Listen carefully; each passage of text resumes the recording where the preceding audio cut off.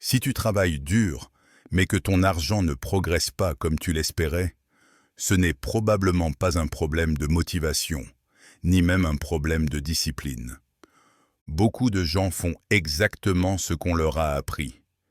Ils se lèvent tôt. Ils travaillent sérieusement. Ils font ce qu'on attend d'eux. Et pourtant, au fil des années, ils ont le sentiment de faire du surplace. Ce sentiment n'est pas dû au hasard. Depuis très longtemps, on nous répète la même idée. Plus tu travailles, plus tu mérites de gagner. C'est une règle simple, facile à comprendre, facile à accepter. Alors on organise sa vie autour de ça. On échange son temps contre de l'argent, des heures, des journées, des semaines, parfois des décennies. Sur le papier, ce modèle fonctionne, mais il repose sur une hypothèse que très peu de gens remettent en question. Cette hypothèse, c'est que ton temps est ta valeur principale. Autrement dit, que plus tu donnes de temps, plus tu crées de valeur. Le problème, c'est que le temps est limité.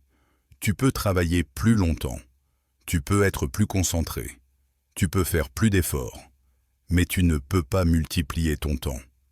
Quand tu acceptes cette idée sans la questionner, tout ton système se construit autour d'elle. Tu cherches à être occupé. Tu remplis ton agenda. Tu ajoutes des tâches. Tu repousses le repos. Être occupé devient une preuve de sérieux, une preuve d'engagement, parfois même une fierté. Mais être occupé n'est pas la même chose que progresser. On peut passer ses journées à agir sans jamais améliorer sa situation. On peut être très actif et pourtant rester exactement au même endroit. C'est ici qu'apparaît ce que j'appelle une décision invisible. La décision invisible, c'est de croire que plus tu travailles, plus tu avances. En réalité, plus tu travailles dans un mauvais système, plus tu renforces ses limites. Chaque heure échangée contre de l'argent crée un plafond que tu ne vois pas tout de suite, mais que tu finiras toujours par toucher. Ce plafond n'arrive pas brutalement, il arrive lentement. Tu travailles plus, mais les résultats n'augmentent presque plus. Tu ajoutes des efforts, mais les gains deviennent marginaux. Tu t'épuises, tout en pensant que tu n'en fais jamais assez. Le piège, c'est que ce mode de fonctionnement est valorisé socialement. On félicite ceux qui travaillent dur. On admire l'endurance. On glorifie le sacrifice.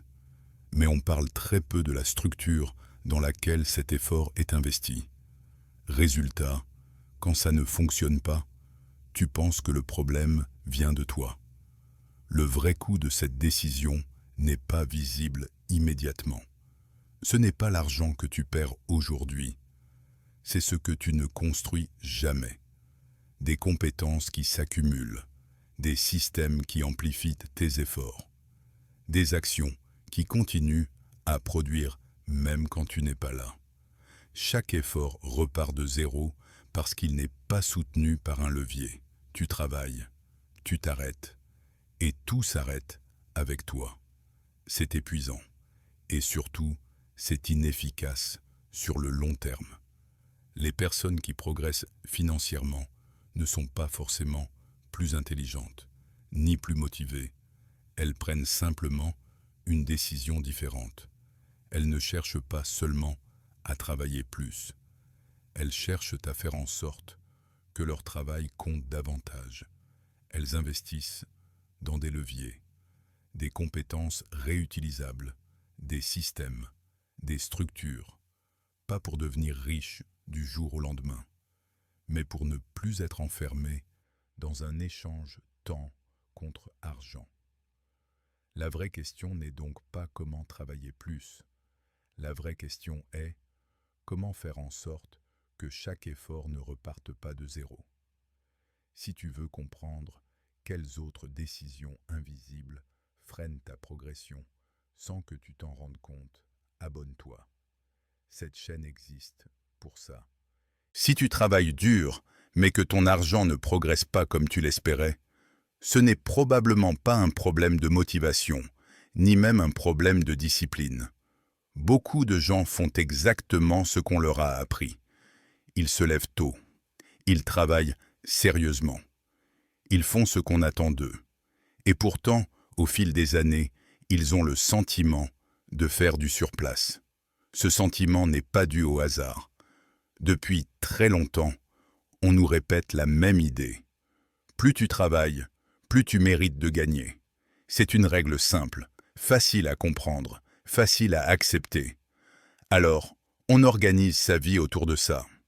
On échange son temps contre de l'argent, des heures, des journées, des semaines, parfois des décennies. Sur le papier, ce modèle fonctionne, mais il repose sur une hypothèse que très peu de gens remettent en question. Cette hypothèse, c'est que ton temps est ta valeur principale. Autrement dit, que plus tu donnes de temps, plus tu crées de valeur. Le problème, c'est que le temps est limité. Tu peux travailler plus longtemps. Tu peux être plus concentré. Tu peux faire plus d'efforts. Mais tu ne peux pas multiplier ton temps. Quand tu acceptes cette idée sans la questionner, tout ton système se construit autour d'elle. Tu cherches à être occupé. Tu remplis ton agenda. Tu ajoutes des tâches. Tu repousses le repos. Être occupé devient une preuve de sérieux, une preuve d'engagement, parfois même une fierté. Mais être occupé n'est pas la même chose que progresser. On peut passer ses journées à agir sans jamais améliorer sa situation. On peut être très actif et pourtant rester exactement au même endroit. C'est ici qu'apparaît ce que j'appelle une décision invisible. La décision invisible, c'est de croire que plus tu travailles, plus tu avances. En réalité, plus tu travailles dans un mauvais système, plus tu renforces ses limites. Chaque heure échangée contre de l'argent crée un plafond. Un plafond que tu ne vois pas tout de suite, mais que tu finiras toujours par toucher. Ce plafond n'arrive pas brutalement. Il arrive lentement. Tu travailles plus, mais les résultats n'augmentent presque plus. Tu ajoutes des efforts, mais les gains deviennent marginaux. Tu t'épuises, tout en pensant que tu n'en fais jamais assez. Le piège, c'est que ce mode de fonctionnement est valorisé socialement. On félicite ceux qui travaillent dur. On admire l'endurance. On glorifie le sacrifice. Mais on parle très peu de la structure dans laquelle cet effort est investi. Résultat, quand ça ne fonctionne pas, tu penses que le problème vient de toi. Le vrai coût de cette décision n'est pas visible immédiatement. Ce n'est pas l'argent que tu perds aujourd'hui. C'est ce que tu ne construis jamais. Des compétences qui s'accumulent, des systèmes qui amplifient tes efforts, des actions qui continuent à produire même quand tu n'es pas là. Chaque effort repart de zéro parce qu'il n'est pas soutenu par un levier. Tu travailles, tu t'arrêtes, et tout s'arrête avec toi. C'est épuisant, et surtout, c'est inefficace sur le long terme. Les personnes qui progressent financièrement ne sont pas forcément plus intelligentes, ni plus motivées. Elles prennent simplement une décision différente. Elles ne cherchent pas seulement à travailler plus. Elles cherchent à faire en sorte que leur travail compte davantage. Elles investissent dans des leviers, des compétences réutilisables, des systèmes, des structures.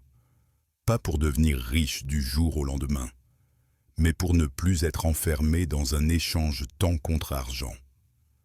La vraie question n'est donc pas comment travailler plus. La vraie question est comment faire en sorte que chaque effort ne reparte pas de zéro. Si tu veux comprendre quelles autres décisions invisibles freinent ta progression sans que tu t'en rendes compte, abonne-toi. Cette chaîne existe pour ça.